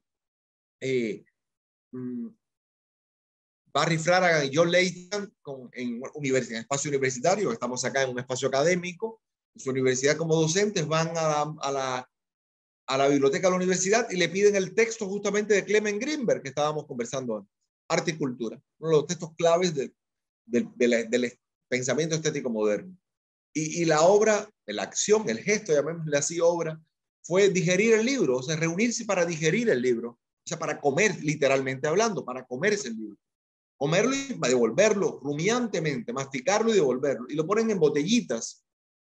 Y al año, que es el tope, que normalmente una biblioteca te permite entrega de un libro, de un texto, fueron a la biblioteca de la universidad, pensemos esto en Casa Grande, ¿qué nos pasaría? Y le piden a la bibliotecaria, ahí a Isled y a la colega, que por favor le reciban el libro totalmente digerido, después de un año de estar con la saliva y con todo esto masticado. Día siguiente, expulsión directa de la universidad. Lo echaron de la universidad a los dos. Hoy, la botellita, las fotos, las cartas, todo el libro, todo el proceso, colección del Museo de Arte Moderno de Nueva York. Y está en colección permanente, todo el proceso. El gesto, nuevamente, ¿no? O el mismo gesto del propio Robert Morris, fieltro rosado. Esto es 63, fieltro rosado del 70, 71. 70, o sea, 7 años antes. Letaní, esta es una pieza que es colección del MoMA también. Lo interesante de Letaní del 63 es que después, en ese mismo año, pero después, esta obra, hoy repito, colección del MoMA, pero que entonces él había vendido, una obra que un coleccionista le había comprado. Una vez que él la vendió, él va a la notaría y da fe pública, o le dan fe pública, de que esa pieza llamada Letaní carece de valores estéticos. Y esta otra obra es Declaración de Repudio Estético, que hoy es también colección del MoMA, donde está la declaración notarial y una reproducción al lado de la pieza, con el mismo tono, una planimetría. Es nuevamente el gesto. Y es un artista que al mismo tiempo está haciendo prácticas distintas, ¿no? Es uno, por eso la importancia y la trascendencia de Robert Morris en el arte contemporáneo. Y vamos hasta ahora a una obra como Cloaca de Wim Delbois, el artista belga. Ahora voy a ilustrar muy rápido como para gatillar, me permiten, cierro y ya abrimos las preguntas, ¿les parece? Y conversamos un poco más. Del año 2001, y que sencillamente es eso, o sea, esa relación arte-ciencia, arte jurisdicción, o sea, pero mejor dicho, arte, sistema legal, como Letaní, jugar y apropiarse de otros saberes que concurren fuera del mundo del arte, como puede ser el ámbito notarial o como puede ser aquí el espacio de la ciencia, imitando el sistema digestivo humano. Y esta obra, hay dos versiones, está la versión vertical, está la versión horizontal, donde Wim Delbois imita y crea, entre comillas, crea unas heces de las mismas características de las heces humanas. O sea, heces fecales científicamente comprobado de que tienen las mismas características del cuerpo humano, y tú puedes ver en la máquina y se le da comida una vez al día, la boca está allá arriba, detrás de la escalera a la izquierda, le das el alimento y después esto se empaca al vacío. E incluso las disputas que se dan en los coleccionistas, porque los coleccionistas, unos querían la caca de la obra en Nueva York, no querían la caca de la muestra en Bélgica o de la muestra en París. Entonces, esto se agotó a nivel de mercado de manera muy rápida, y hoy cualquiera de estas cacas son súper apetecidas en el mercado del arte internacional, ¿no? Ahí está Cloaca con el distributivo, con el diseño, el diagrama de cómo funciona la obra. Y esta idea del empaque, esta idea de la superficie, yo creo que aquí habita en una obra, en otro sentido, como Edith Dakovich, que es una tabla de salvación, es un salvavidas, pero es la piel que habita, donde lo que se imita es justamente la piel humana, pero es una escultura, ¿no? O para niños, salvavidas de niños, de Dakovich, con la tatuaje, la pequita. Lo pongo como otra forma de empaque. Por supuesto, no voy a entrar en la obra de Cristo, pero sí en Chris Burden por el tema institucional, por el empuje de esos límites. Lo veíamos el límite del cuerpo al dispararse sobre su cuerpo, su mano cerca del corazón, sino aquí él en Sansón, esta pieza de 14 años después de disparo, donde convierte al museo en un espacio de eclosión, o sea, por la inclusión del espectador. O sea, el público es el que, una vez que penetra por estos, ¿cómo se llama esta? Se me va el nombre de los, como los buses, ¿no? Estos, tiene un nombre técnico que se me fue ahorita. Va articulando y expandiendo la tensión del torniquete, gracias. Sí. ¿Torniquete se llama? Sí. En el pelo también se hace algo así, creo. Bueno, en todo caso, sí. Empuja y empuja hasta que en algún momento, todavía eso no ha ocurrido, del año 85 hasta hoy, esta obra está en una colección privada, un detalle importante, en Los Ángeles. Sansón destruirá el sistema del arte, destruirá el espacio donde la obra existe, que le da cobija y que la legitima, ¿no? Entonces, una forma... Y cómo ese espacio, lo hablábamos hoy, cómo ese espacio, ese sistema del arte también tiene que ver con un sistema más amplio, que es el sistema en el cual, el sistema social, las estructuras en las cuales nos movemos como sociedad. No está por fuera de eso. Entonces quiero como concluir con una obra de arte ecuatoriano de Miguel Alvear de 1998.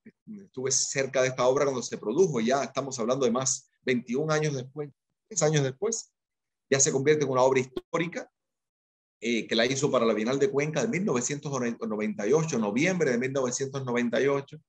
Y lo que hace Michael Alvear acá es ir al registro civil con distintas visualidades, o sea, va de negro, de negra, mejor dicho, ni siquiera de negro, de negra, trasvestido de negra, trasvestido de indio, trasvestido de ejecutivo y de él mismo, y con su mismo número de cédulas saca 4 identidades distintas.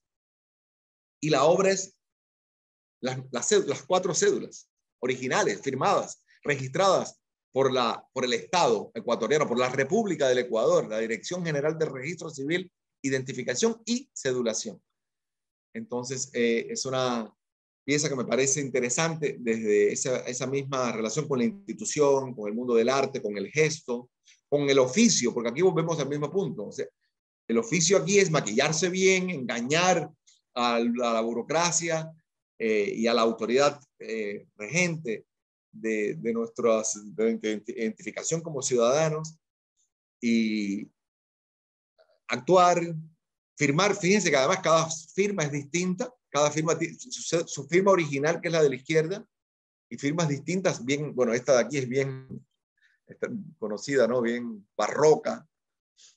Y termino con Félix, como mismo empecé, por la hora, porque yo sé que ya Santiago me está mirando con cara de que los 30 minutos ya pasaron, y termino con estos, no con un reloj, sino 2 relojes que marcan la misma hora, de Félix González Torres. Comencé con él.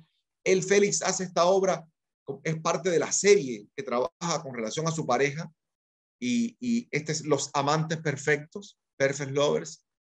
Y los amantes perfectos conversan, son 2 relojes reales, 2 objetos, relojes plásticos puestos ahí que van marcando la misma hora. Y Félix reflexiona cómo, por mucho que se amen 2 personas, por muy compenetrados que estemos con otra alma, con otro ser, con otro sujeto, inevitablemente un reloj se va a parar antes que el otro. O sea, en la historia de la obra sucederá en algún momento, o podrá suceder en algún momento, lo que nos ocurre en nuestra experiencia. Casi que la obra se anticipa a lo que nos puede pasar, y lo vemos en matrimonios de 60, de 70 años de matrimonio, cuando fallece, y ahora en esta época tan dura que se ha vivido en estos 2 años, cuando fallece una persona, como por tristeza, por soledad, por ausencia, muchas veces la otra persona, la pareja también marcha de manera inmediata.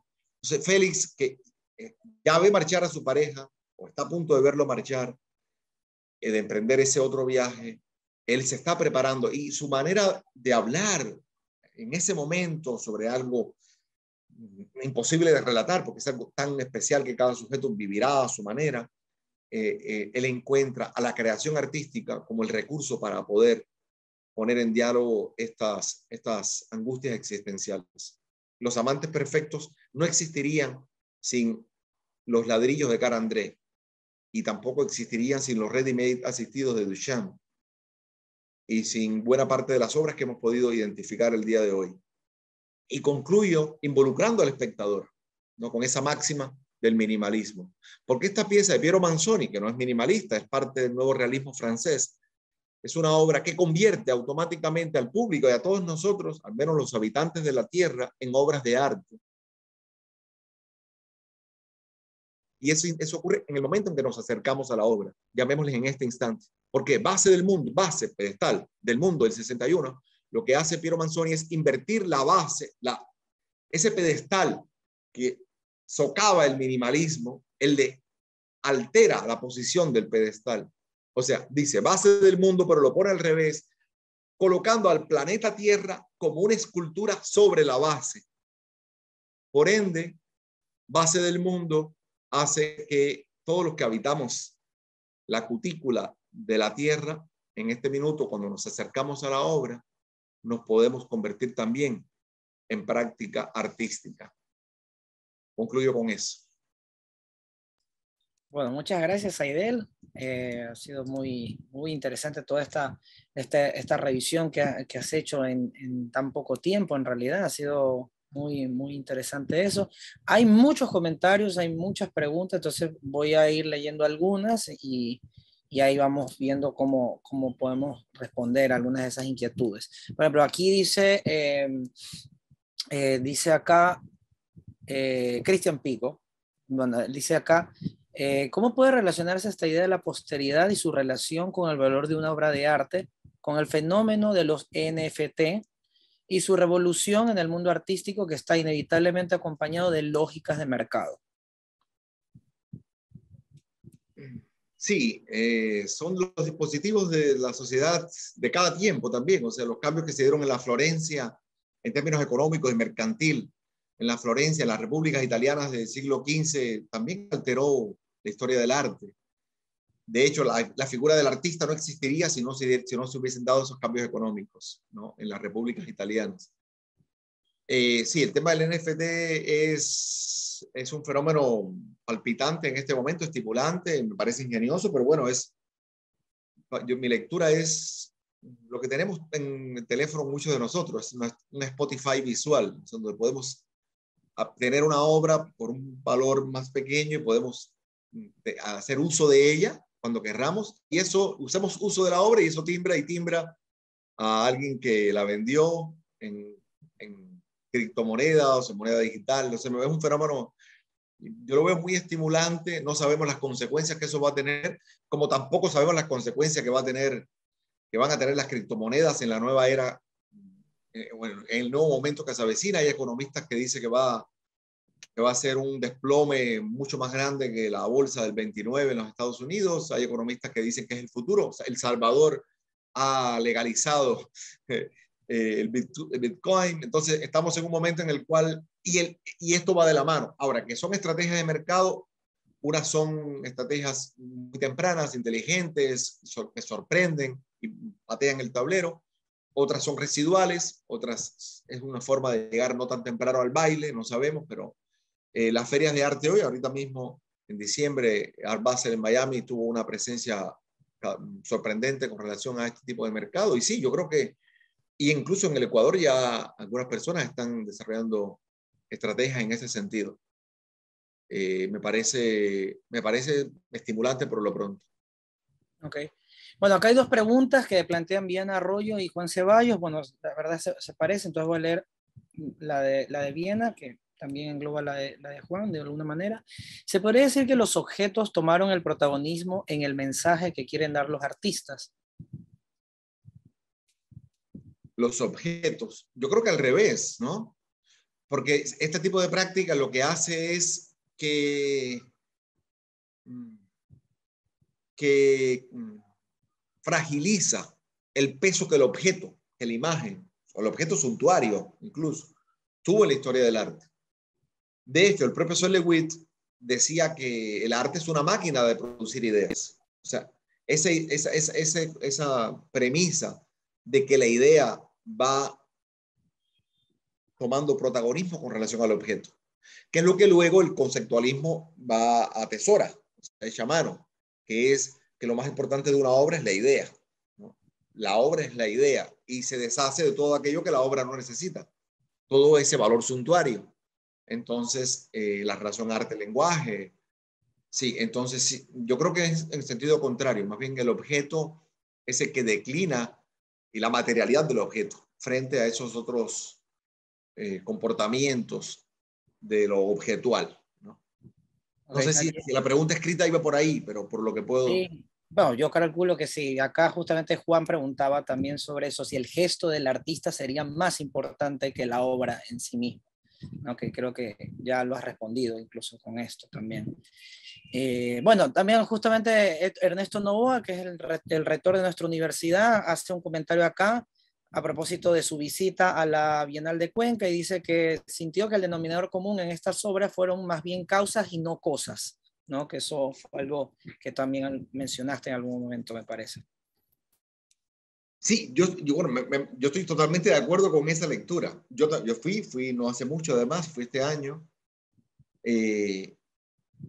y tengo amigos participando en la Bienal, y esa fue mi lectura. Cuando ya vi toda la Bienal, son causas más que cosas. Yo creo que eso responde a un tema curatorial.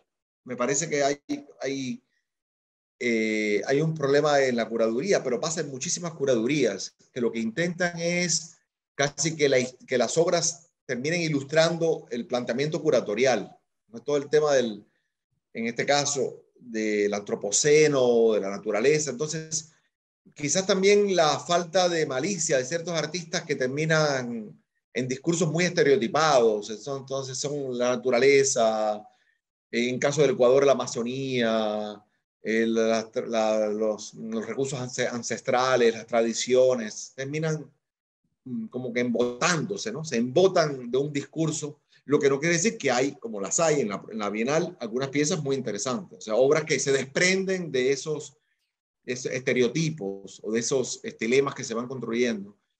Pero sí, a mí lo que menos me gustó de la Bienal de Cuenca fue la Bienal de Cuenca, pero hay obras extraordinarias en ella.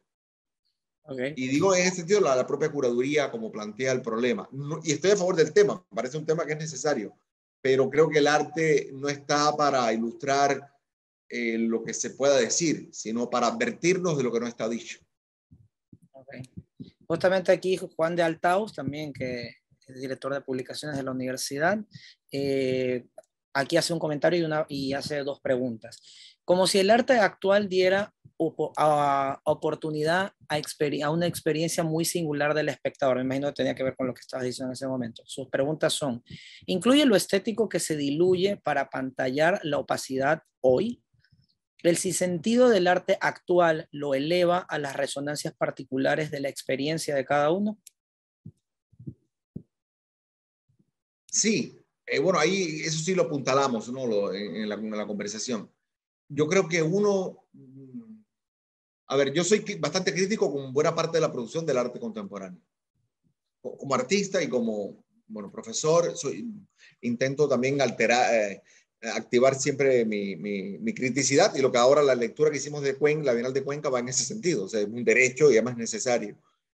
Pero como público y como artista, mirando hacia atrás, yo agradezco mucho a esa tela en el piso, a esos recortes en el piso, y por eso es que me estimula una conversación de esta naturaleza, las clases en la U y el espacio que tenemos en la facultad, y que Santiago amablemente nos invita a los docentes. Entonces, hablar de esto a mí sí me entusiasma, o sea, me parece una oportunidad de discutir. Seguramente no estaremos de acuerdo con algunos de los puntos de vista. No quiere decir que uno comprenda una obra, termine gustándole. Me puede seguir gustándome más otro tipo de producción artística, pero ya el hecho de entenderla, de comprender lo que hay detrás.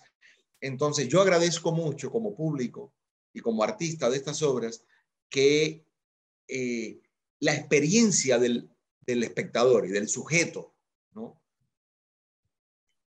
tenga un protagonismo tal en el arte de nuestro tiempo, gracias a los cambios que aquí se dieron. Hay muchos ejemplos, hay obras que hacen, por ejemplo, 4.33 de John Cage, lo que implica al espectador en una obra como esa. Y estamos hablando ya ni siquiera de las artes visuales, sino vinculado con la música, con el teatro, con la danza, con el cine. Entonces, en general, sí, yo creo, y hoy los ecosistemas de la información han puesto al espectador en otro plano. O sea, ya sabemos que las narrativas que consumíamos en el pasado ya están totalmente devaluadas. Y bueno, también hay que prestarle ese mismo nivel de criticidad a los condicionantes de nuestro tiempo. Pero yo sí veo como un valor, no sé si exactamente si lo que Juan está como compartiendo va en este sentido, pero sí veo como un valor esa contingencia del espectador, esa idea del acontecimiento, como hablábamos antes, y esa singularidad, el desplazamiento de la singularidad de la obra a cómo nosotros podemos hacer presencia en ellos, para mí es uno de las grandes conquistas culturales de nuestra época. Okay. Bueno, Ernesto hace acá otra intervención. Ernesto dice aquí, me desvío un poco de los ready-made objects, pero está algo relacionado. Él pregunta específicamente sobre Banksy. No se sabe bien quién es. Su arte se ha subastado aparentemente sin su consentimiento. Una obra se autodestruyó en una subasta. ¿Es arte? ¿Una tomadura de pelo? ¿Un spam publicitario? O sea, yo creo que todo eso cabe, todos esos epítetos, llamémosle así, caben. Yo creo que fue totalmente calculado, pensado.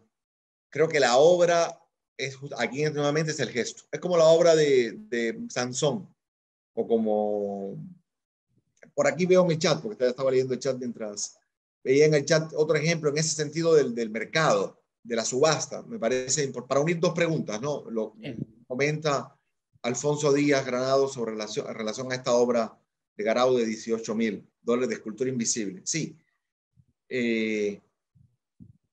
Es como, volvemos a lo mismo. Hace un rato Rodrigo levantó un vaso y dijo, bueno, sí, y eso pudiéramos hacerlo. Uno cuando ve alguna de estas obras le da ganas de coger el vaso y decir, bueno, aquí está mi obra. ¿Por qué no? Yo también voy a cambiar la historia del arte. Es como este gesto de escultura invisible. Lo que pasa es que es muy fácil que a uno se le ocurra poner un ladrillo cuando ya el ladrillo alguien lo puso. O sea, poner un ladrillo hoy y decir que si yo pongo un ladrillo es arte, es un argumento más para que el ladrillo de Galandré lo sea. No sé si me explico. O sea, es muy sencillo que nosotros hoy podamos que se nos ocurra tomar un graffiti, una subasta y que se corte en la subasta en Sotheby's, con ese es el ejemplo que pone Ernesto. Pero el gesto que implica en términos de lo que es el mercado, porque esa obra además, y en el precio que se vendió, es todo una estrategia de, sí, hay marketing, hay inteligencia detrás, hay estrategias muy finas, pero hay un gesto que nos permite en este minuto estar hablando de eso. En el momento que estamos hablando aquí de esa misma obra, le estamos dando más sentido, aunque la estemos criticando y cuestionando como estrategia, se le añade una capa más de sentido. Lo mismo que pudiera pasar con lo del vaso, o el mismo el efecto ready-made, ¿no? Entonces, con la otra obra del mercado de la obra en silencio pasa igual. O sea, me parece que quien pagó $18,000 votó el dinero, creo yo. ¿Por qué? Porque esto es 2021, pero en el año 1958, o sea, estamos hablando de ya 64 años atrás, en la Galería Clerc de París, Yves Klein presentó una muestra al vacío donde tampoco habían obras. Y le llamó Muestra al Vacío. El título de la exposición, Muestra al Vacío. Y esas paredes en blanco tuvo el efecto interesante en ese momento que vino coleccionismo y compró obras. ¿Qué compró? Pedazos de paredes. Pero ese pedazo de pared no lo podía pagar con dinero, solo lo podía pagar con oro. Porque Yves Klein decía en ese momento que la más alta calidad de lo inmaterial, o sea, la ausencia de obras, solo se puede adquirir con la más alta calidad de lo material, oro. Y así se dio el fenómeno comercial, no es estrategia. Y no es la estrategia de Banksy o esta de ahora. Estamos hablando de 1958. Entonces, reproducir o replicar hoy una estrategia de esta naturaleza, y eso pasa muchísimo con el arte contemporáneo, ¿sí? Que sencillamente son obras que creo yo difícilmente van a adquirir la posteridad.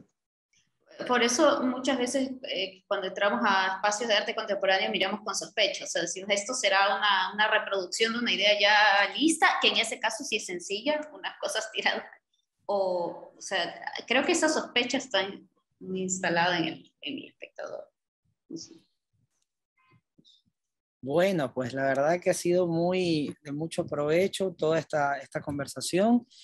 Bueno, te agradecemos a Idel, Rodrigo, Diana por haberse sumado, también a todos los asistentes que participaron y que se entusiasmaron también con las preguntas, Héctor, Juan, Ernesto y los demás que estuvieron acá presentes participando, Alfonso y otros que no conozco, pues bueno. Muchas gracias por participar. Vamos a tener en el mes de marzo 2 clases magistrales, una con el profesor Héctor Bujanda, que estaba por acá también, y otra es con la profesora Loti Palacio. Entonces, esto es parte de nuestra iniciativa dentro de la Facultad de Comunicación en el área de artes, así que muchas gracias por sumarse y bueno, ya quedará, les avisaremos en los próximos días pues de nuestras futuras clases magistrales y obviamente tendremos a Saidel más adelante con otra clase magistral. No es que Saidel se va a ir, va a seguir con nosotros aportándonos con su conocimiento de artes visuales, ¿no? Entonces, seguiremos juntando ejemplos para presentárselo claro. Vamos a seguir. al profesor Saidel para que nos cuente por qué eso es arte. Gracias, Saidel. Muchas gracias. Entonces nos estamos viendo muy pronto. Sigan atentos a nuestras redes y ahí esta charla va a estar subida esta semana en el canal de YouTube que tenemos que se llama UCG Stream. Se los voy a escribir aquí por si acaso alguno todavía no se ha suscrito al canal en YouTube. UCG Stream, ustedes, perdón, lo mandé solamente a panelistas. UCG Stream. Entonces, suscríbanse ahí y van a encontrar todas las charlas que estamos haciendo, van a estar subidas ahí, y esta va a estar a lo largo de esta semana, por si se perdieron de algo o quieran compartírsela a alguien, entonces va a estar disponible también. Así que, bueno, muchas gracias y será hasta la próxima.